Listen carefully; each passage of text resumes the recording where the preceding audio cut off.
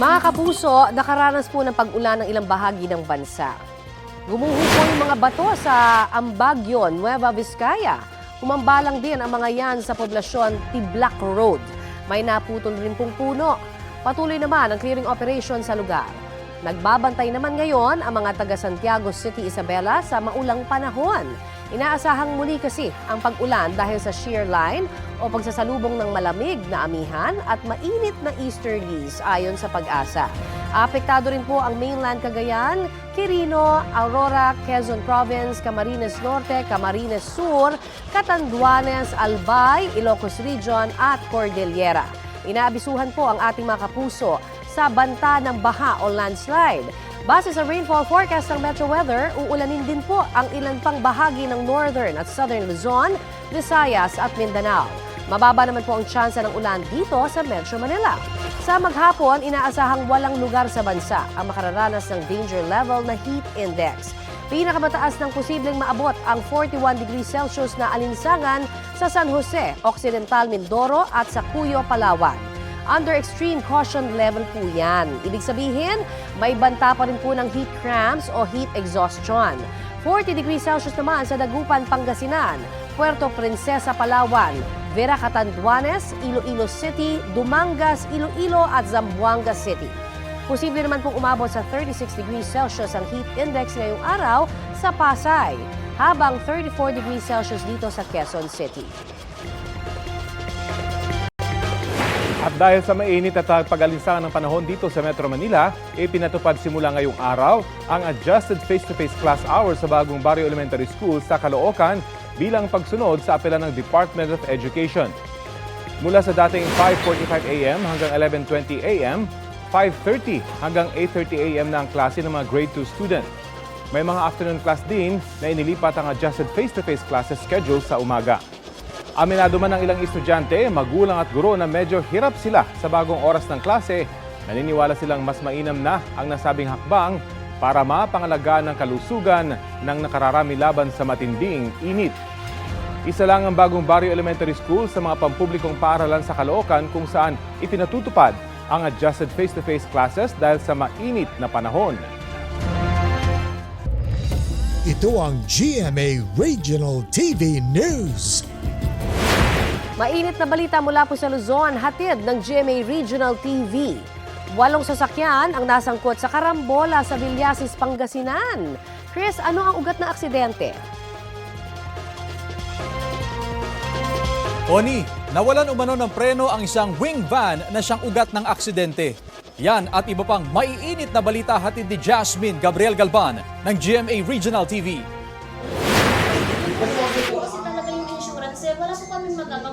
Yan ang sagutan ng mga may-ari ng mga sasakyang nasangkot sa karambola sa Villasis, Pangasinan nitong Huwebes. Ayon sa investigasyon, nawalan umano ng preno ang isang wing van habang binabagtas ang Don Chufilo Season Bridge kaya nabangga nito ang 7 pang sasakyan. Hiling naman ng mga nadamay sa insidente na mabayaran sila sa tinamong pinsala ng kanilang mga sasakyan. Walang komento ang driver na nadisgrasyang wing van. Sa kulungan ng bagsak ng isang lalaking nag-amok at tinangkang sunugin ang sariling bahay sa Barangay Aponit, San Carlos, Pangasinan. Ayon sa investigasyon, nanggulo ang suspect sa kanilang lugar. Maya-maya, sinindihan nito ang kortina ng kanyang bahay. Bigla na lang nagsusunog ng bahay niya doon. Kumuha siya ng lighter, then sinusunog niya yung mga kortina ng bahay nila. Sinigawan pa raw ng suspect ang mga pulis na dumating. Nang kapkapan, doon na niya kinuha ang isang sachet ng iligal na droga mula sa kanyang bulsa at inihagis. Ayon sa suspect, sinilaban ng kortina dahil pinagbawalan daw siya ng kanyang kapitbahay na magsunog ng basura sa kanilang lugar. Mahaharap siya sa karampatang reklamo. Jasmine Gabriel Galban ng GMA Regional TV, nagbabalita para sa GMA Integrated News. Heto na ang mabibilis na balita sa Luzon. Bistado isang drug den umano sa Bacoor, Cavite. Naaresto roon ang 6 na suspect na aminado sa paggamit ng iligal na droga. Nakumpiska sa kanila ang mahigit sa 8 gramo ng hinihinalang shabu, pati na iba pang drug paraphernalia. Sa Bacoor pa rin, balik kulungan ang ang lalaking 35 anyos nang maaresto sa bypass operation ng pulisya. Nakuha sa kanya ang 200 gramo ng hinihinalang shabu na may halagang 1.36 million pesos. Aminadong sospek sa pagbebenta ng iligal na droga. Huli kam sa Talisay, Negros Occidental. Pumasok sa loob ng isang compound ng lalaking yan na nakatakip ang mukha. Tila may pinaghahandaan at kinuhang ice pick sa kanyang bulsa. Kasunod niya ang isang lalaking naka-hoodie naman na nagmamasid din sa paligid. Hindi nakita sa CCTV pero ayon sa uploader ng video, sinilip na mga salarin ang mga kwarto sa compound. Posibleng magnanakaw umano, buti na lang at may nakakita sa kanila na agad sumigaw ng saklolo. Nakatakas ang dalawa na patuloy pa rin kinikilala. Wala namang inireport na nawawala ang mga residente. Hindi mag-i-endorso ng kandidato sa May election si Vice President Sara Duterte dahil nabudol na raw siya noong nakaraang eleksyon. Wala mang direktang tinukoy, binanggit niya ang plataforma nila noon na Unity. Balitang hatid ni Ivan Mayrina. Sunod-sunod ang tila mga patutsada ni Vice President Sara Duterte sa isang pagtitipon sa Hong Kong. Wala siyang pinangalanan pero isa riyan ang tungkol daw sa pag-endorso ng kandidato. Akala ko kasi gusto niya ng mas magandang bayan kasi ang plataforma namin nung tumakbo kami, unity at continuity. Nadala na ako, na-scam na ako, nabudol na ako.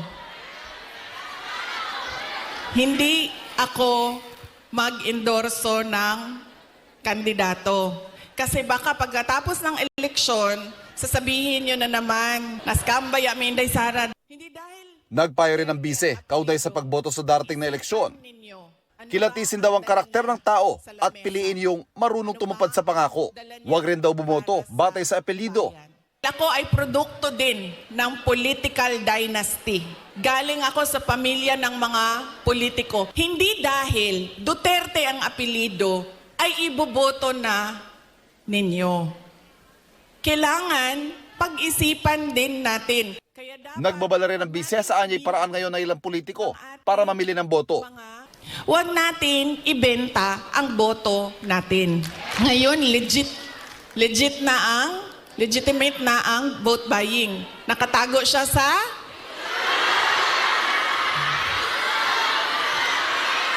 Yan na ma'am, nandito na tayo sa topic na gusto mo ma'am, ayuda. Malaman din ang paghalintulad ni VP Sara sa pagtingin sa abilidad ng isang kandidato at sa tao na napiling utusan para bumili ng suka. Tingnan natin ang mga karakter, accomplishment, abilidad, kapasidad ng mga kandidato nating senador. Kapag inutusan yan bumili ng suka, automatic na yan, may abilidad na yan. Hindi malinaw kung may kaugnayan yan sa patutsada ni Pangulong Marcos sa isang proclamation rally sa Ilocos Norte. Nagtataka nga ako, parang yung mga iba na naging kandidato, nag-deliver lang yata ng suka, nabigyan na ng certificate of candidacy. Tila may pahaging din si Duterte kaugnay sa eleksyon 2028. Personal pa rin ang pagpapasalamat ko sa inyong lahat, sa tulong ninyo, sa kampanya ninyo, sa suporta ninyo para sa akin at sa boto ninyo noong nakaraang halalan at sa susunod na halalan sa 2020. Joke lang. Sandali lang. Ivan Mayrina nagbabalita para sa GMA Integrated News.